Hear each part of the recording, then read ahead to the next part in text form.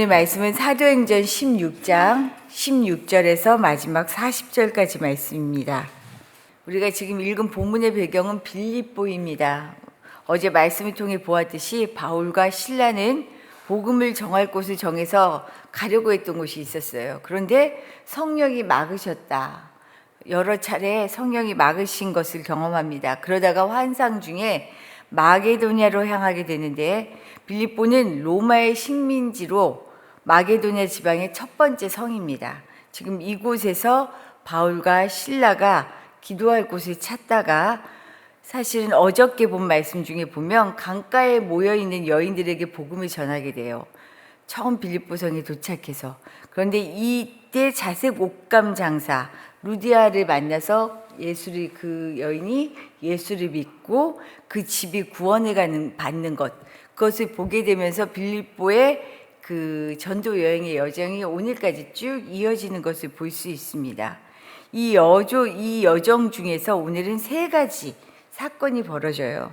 먼저는 귀신 들린 여종을 만나면서 그를 치유하게 되고, 이 치유한 일 때문에 감옥에 갇히는 일이 있습니다. 거기에서 감옥의 간수, 그와 그의 가족이 구원을 받고 그리고 석방되는 이 세 가지 일을 오늘 본문을 통해 이야기하고 있습니다. 본문을 통해 주시는 말씀 첫 번째는요, 사람은 이용의 대상이 아니다. 사람은 그 누구도 이용해서는 안 됩니다. 사람을 향해 긍휼히 여기는 마음이 필요한 거죠. 루디아를 만났을 때와 같이 바울과 실라는 기도할 곳을 찾는 것으로 오늘 본문이 시작됩니다.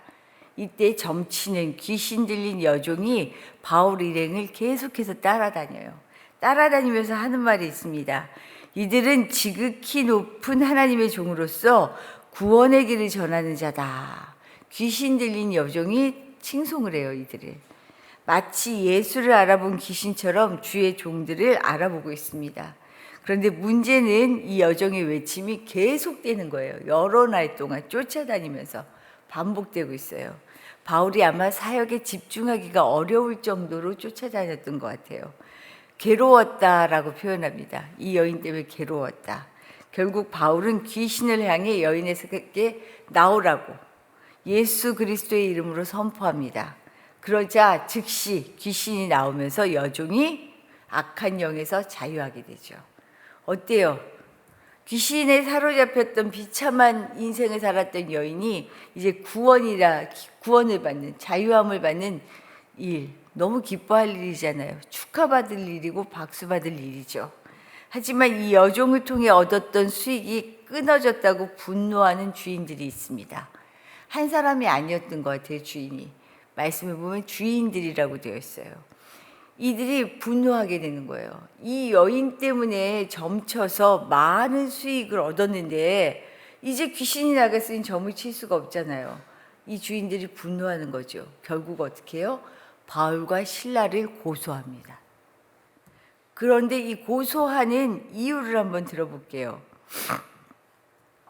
이 고소하는 내용이 20장 21절에 나오는데, 우리 상관들 앞에 데리고 가서 말하되, 뭐라고 얘기하죠? 이 사람들이 유대인인데 우리 성을 심히 요란하게 하여 로마 사람인 우리가 받지도 못하고 행하지도 못할 풍속을 전한다 하거늘. 지금 사실 이 주인들이 바울과 실라를 고소한 이유는 자기들의 수익이 끊어져서, 이게 화가 나서 고소하는데 이유는 다르게 포장하고 있어요. 이들이 지금 사회 질서를 어지럽히고 있다라는 말로 지금 고소하고 있습니다. 점치는 여인은 귀신 들려 고통스러운 시간을 보내고 있었는데, 반면에 어떤 사람들은 어때요? 이 여인의 안타까운 처지를 이용해서 자기들의 이익을 챙기고 있었죠. 남의 어려움을 자기 이익의 수단으로 삼으며 살았습니다. 그래서 지금 이 여종의 주인들이 바울과 실라를 고소한 것은 자기들에게 금전적인 손해를 끼쳤기 때문이에요. 하지만 실질적인 이 손해는 감추고 어떻게 해요? 사회 질서를 어지럽힌다라는 다른 이유를 내며 고소하고 있어요. 사실 전형적인 세상의 방식입니다. 내 감정이 상하고 내게 조금이라도 손해가 되면 자신의 속마음은 진짜 마음은 감추고요.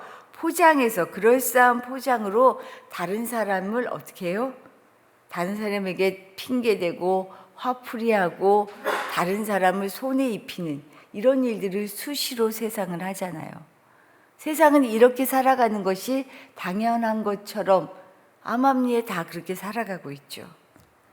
끊임없이 다른 사람을 누르고 내 자리, 내 이득을 쟁취하는 것 너무 자연스러운 게 세상의 방식입니다. 그러나 하나님은요, 우리에게 사람을 향해 뭐라고 얘기하셨어요? 내 몸처럼 사랑해라. 세상의 방식하고는 너무 달라요. 세상의 이치로는 도무지 통할 수 없는 말입니다. 사람은 어느 누구도 이용의 대상이 아니라 사랑해야 하는 대상이다라고 하나님은 세상의 가치와는 전혀 다른 방식으로 말씀하고 계셔요. 그래서 사람을 향한 긍휼한 마음, 자비를 가져야 한다라고 말씀하시는 거죠. 오늘 바울과 실라는 이 여종의 주인들과는 전혀 다른 방식으로 사람을 대하는 것을 뒤이어서 계속해서 보여주고 있어요. 우리는 어떤 방식으로 살아가고 있는지, 사람을 대하고 있는지, 사람을 향하고 있는지 돌아볼 수 있기를 바랍니다. 나뿐만 아니라 내가 누군가에게 이용당한다는 것 끔찍하죠. 상상하고 싶지 않죠. 그건 견딜 수 없는 일이에요. 똑같아요. 어느 누구도 이용을 당해야 하는 사람은 없습니다. 아무리 약한 사람이어도, 아무리 가진 것이 없어도 우리는 이런 주님의 마음으로 사람을 정말로 복음을 들고 나간다라는 건 뭐예요? 그리스도의 구원을 선포하는 일이잖아요. 그리스도의 구원을 선포한다라는 것은 몸과 마음과 영혼 어떤 것도 사로잡히는 것이 아니에요. 그래서 사람을 이용할 수 있는 대상이 아니고 사랑해야 하는 대상이다라는 것을 깊이 새기며 살아갈 수 있기를 바랍니다.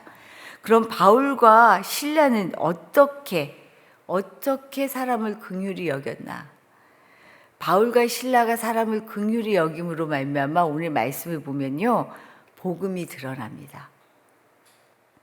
부당한 고소를 당한 바울과 실라는 정당한 절차 없이 그 자리에서 매를 맞고 투옥됩니다. 성령의 인도하심을 따라 자신들의 계획이 아니라 하나님의 계획에 순종하며 찾아온 이곳에서 갑작스럽게 이런 상황을 맞이했을 때 어떤 생각이 들었을까 싶어요. 우리가 하나님의 뜻을 착각한 건 아닐까? 선교하러 다른 곳을 생각했거든요.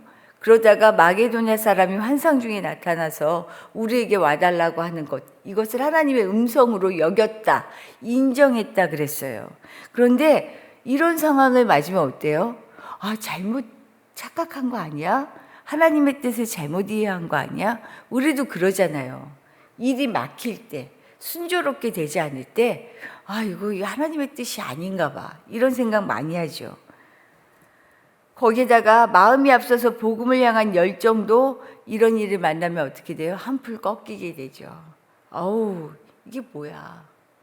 자신들의 열심은 아랑곳하지도 않고 이런 상황을 맞을 때면 하나님 이거 너무하신 거 아니야? 이런 마음 들 때 많잖아요. 그런데 바울과 실라는 오늘 보면 전혀 다른 태도를 보여요. 25절 말씀 볼게요. 25절 말씀을 보면 이렇습니다. 한밤중에 바울과 실라가 기도하고 하나님을 찬송하며 죄수들이 듣더라.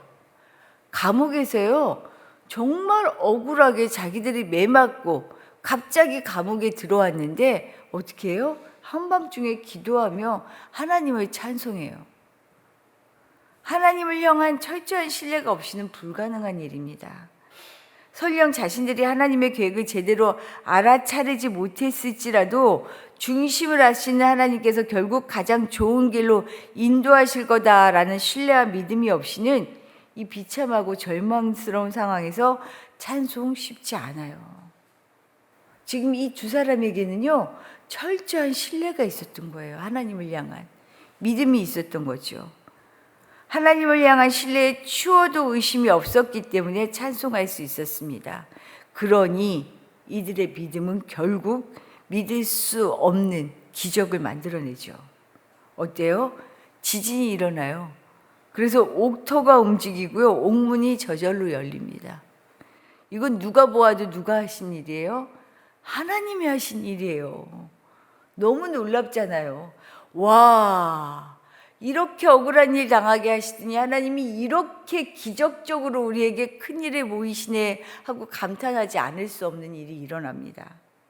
바울과 실라는 더욱 크게 하나님을 찬양하면서 당당하게 옥문을 나오면 되는 상황이에요. 그렇죠? 그런데 이들의 선택은 다릅니다. 자신들을 향해 펼쳐진 이 상황 앞에서도 작은 자 한 사람을 생각해요. 아니나 다를까 자다가 놀래서 깬 간수가요, 옥문이 열린 것을 보고 죄수들이 다 도망갔을 것이다 생각하고 어떻게 해요?